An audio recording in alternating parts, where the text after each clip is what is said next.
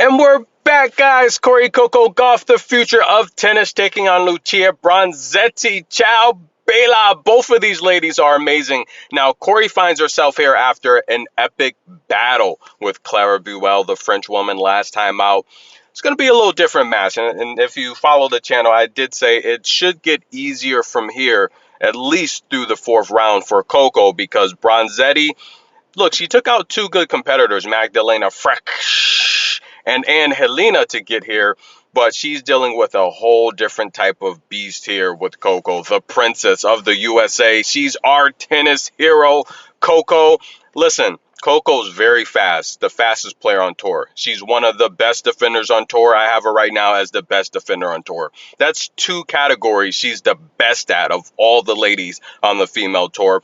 She's got to work on the double faults, but the problem here is Coco's footwork's going to be too much in this matchup. Bronzetti prefers her backhand, and that's right away is going to make this a tough matchup for Bronzetti because she's going to be returning into the backhand of Coco for the majority of this match. He can try to attack the forehand, but I just don't think it's going to work. I think Coco's going to be a little bit too fast, beat her to the spots, and close out at the net like she did last time amazingly against Clara Buell. Now, we talk about Iga Swiatek and why she's been so tough for Coco. It's really about matchups. I say this time and time again, styles make fights. It's all about the matchup. I mean, you look at, Iga doesn't have that powerful serve like Coco. Look how thin Coco is. Now, she's bulked up this year, but historically, she's always been a very thin, small, young lady, right? And the reality here is that shows you how strong she is. Because Iga's not putting up those types of powerful serves. Coco's very powerful.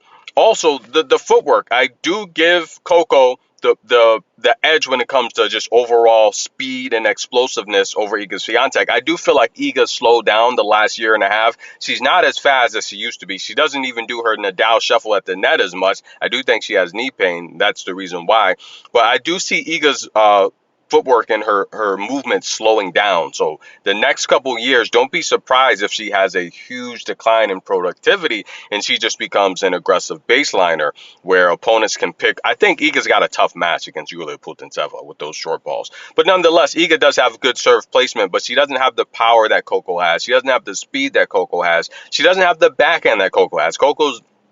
Everyone knows, all the tennis experts know Coco's got one of the best backhands on tour, but Iga's forehand is deadly. That's been the difference maker. Now, Bronzetti doesn't have that type of forehand, so I do think Bronzetti's going to be in trouble this match. Bronzetti did have a look early on to break Coco, but Coco comes back with a 120-mile-an-hour serve, and that's her weapon to get her out of these tight jams.